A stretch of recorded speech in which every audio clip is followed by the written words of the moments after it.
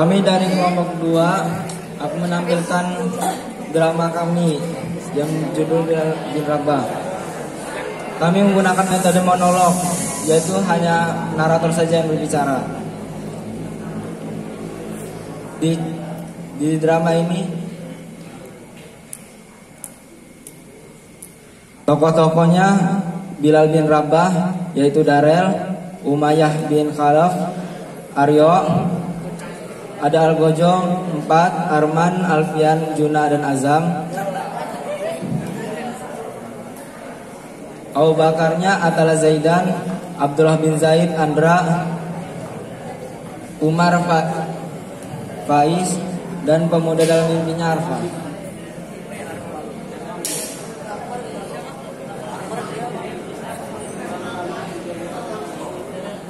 Bilal bin Rabah lahir di daerah As-Sarah sekitar 43 tahun sebelum Hijriah. Ayahnya bernama Rabah, sedangkan ibunya bernama Hamamah, seorang budak wanita yang tinggal di Mekah. Sebagian orang menyebut Bilal sebagai Ibnu Sauda, putra wanita hitam. Bilal dibesarkan di kota Ummul Qura, Mekah. Saat ayahnya meninggal, ia diwariskan kepada Umayyah bin Khalaf, seorang tokoh penting kaum kafir dari kaum Quraisy. Bagaimana kisah perjuangan Bilal memeluk Islam? Inilah kisah Bilal bin Rabah. Bilal tinggal di zaman jahiliyah, di mana semua orang masih menganut agama nenek moyang, yaitu menyembah berhala. Hingga suatu hari, hingga ke telinga Bilal kabar tentang Nabi Muhammad SAW yang membawa ajaran agama Islam.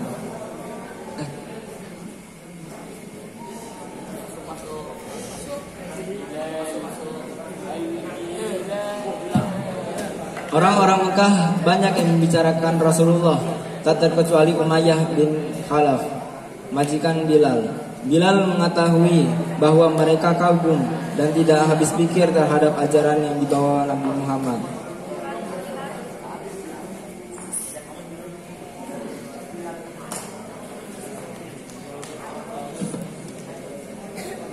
Kebencian kafir Quraisy justru semakin meyakini Bilal.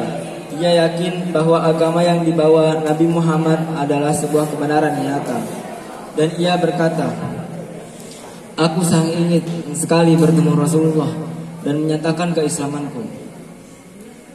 Hingga akhirnya ia menjumpai Rasulullah dan menyatakan dirinya masuk Islam. Asyhadu alla ilaha illallah wa asyhadu anna Muhammadar Rasulullah. Aku bersaksi tiada Tuhan selain Allah yang patut disembah, dan aku bersaksi Muhammad adalah utusan Allah. Setelah itu, berita rahasia keislaman Bilal bin Rabah tercium dan beredar di kalangan kafir Quraisy, termasuk Umayyah. Mendengar budaknya masuk Islam, Umayyah sangat marah dan seraya berkata, "Dasar budak kurang ajar, beraninya ia keluar dari agama nenek moyang. Berikan ia siksaan yang pedih sampai ia mau masuk kembali ke agama kita."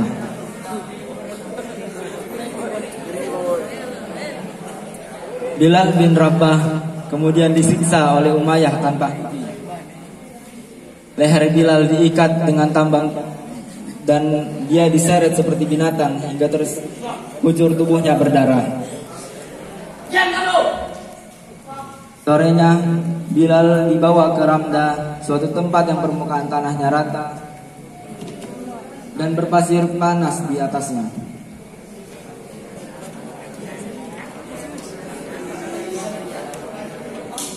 Umayyah pun memerintahkan bawahannya untuk menyiksa Bilal. "Lentangkanlah Bilal di atas pasir ini dan letakkanlah batu besar di atasnya sehingga ia sulit untuk bergerak."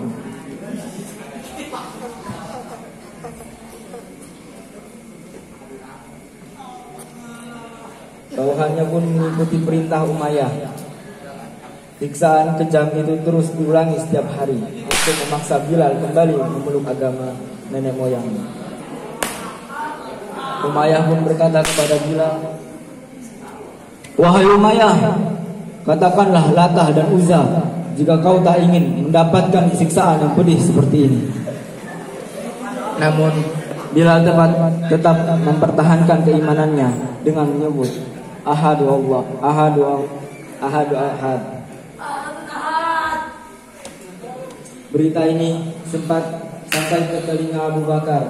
Sesampainya di sana, Abu Bakar berkata kepada Umar, "Jualah Abu Bakar kepadaku." Umayyah menjawab, "Aku akan menjualnya dengan harga 5 uqyah emas." Abu Bakar pun segera membelinya dengan harga 5 uqyah emas. Tak lama dari itu, Umayyah berkata, "Seandainya engkau menawarkannya dengan harga 1 uqyah emas saja, aku akan memberikannya kepadamu."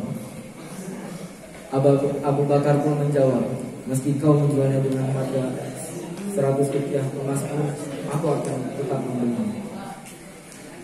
Bilal pun dibawa ke rumah Abu Bakar untuk diobati lukanya.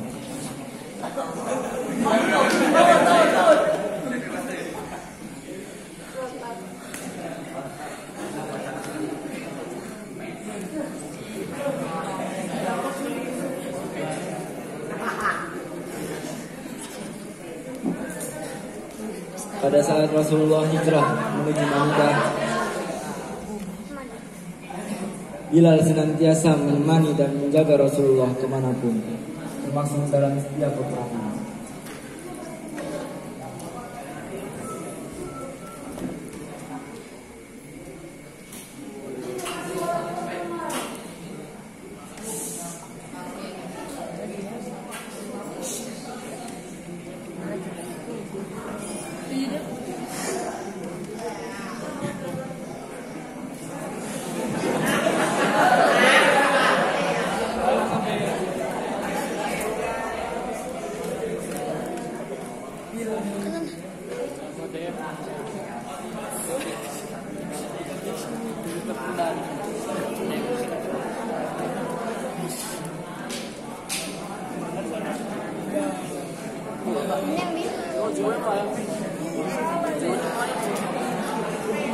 Kedatangan kaum muslim di Madinah, belum ada penanda waktu sholat. Menyalakan api, suara lonceng, dan tiupan trompet sempat diusulkan sahabat. Akan tetapi dengan tegas Rasulullah menolaknya. Kemudian Umar mengusulkan, "Apakah tidak sebaiknya kita mengutus seorang untuk menyeru panggilan sholat?" Rasul mengutus Bilal untuk menyeru panggilan sholat, tetapi belum seperti azan pada umumnya.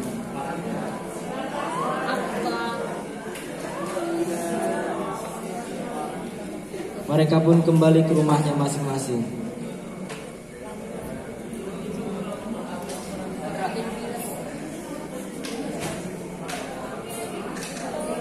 Ketika Abdullah bin Zaid tertidur,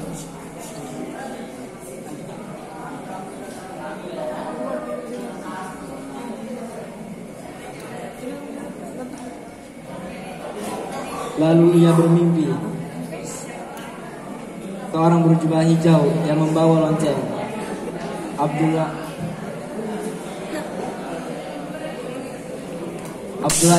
berniat ini membelinya. Pemuda itu menghampiri Abdullah dan berkata, Aku memiliki saran untukmu. Bagaimana kalau menggunakan serangkaian kalimat penanda waktu sholat, yaitu 4 kali Allahu Akbar, 2 kali asyhadu alla ilaha illallah, 2 kali asyhadu anna Muhammad dan Rasulullah, 2 kali hayya 'alas shalah, 2 kali hayya 'alal falah, kemudian Allahu Akbar, la ilaha illallah.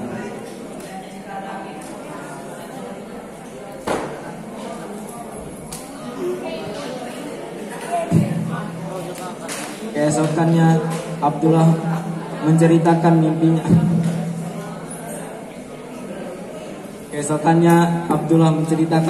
Kepada Rasul. Ia juga memberitahu bahwa Umar pun telah bermimpi yang sama.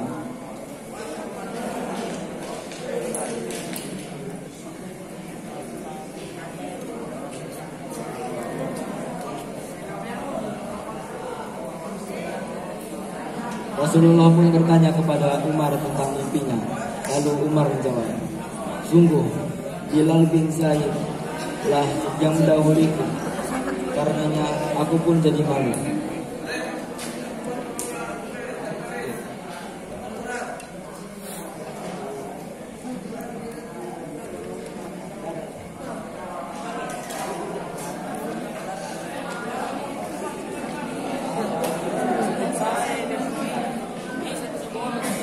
Setelah itu Bilal pun mempelajari azan dan mengumandangkan azan.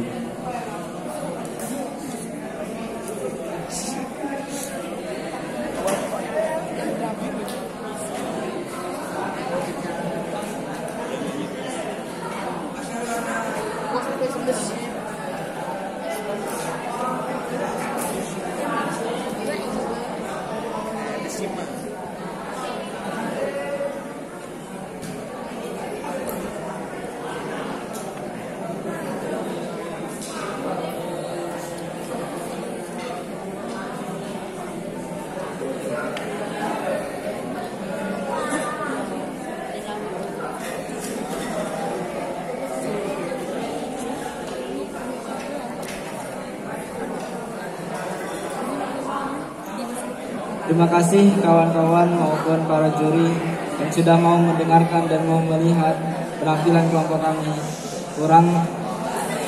Kurang lebihnya saya mohon maaf. Kepada Allah saya mohon ampun. Wassalamualaikum warahmatullahi wabarakatuh.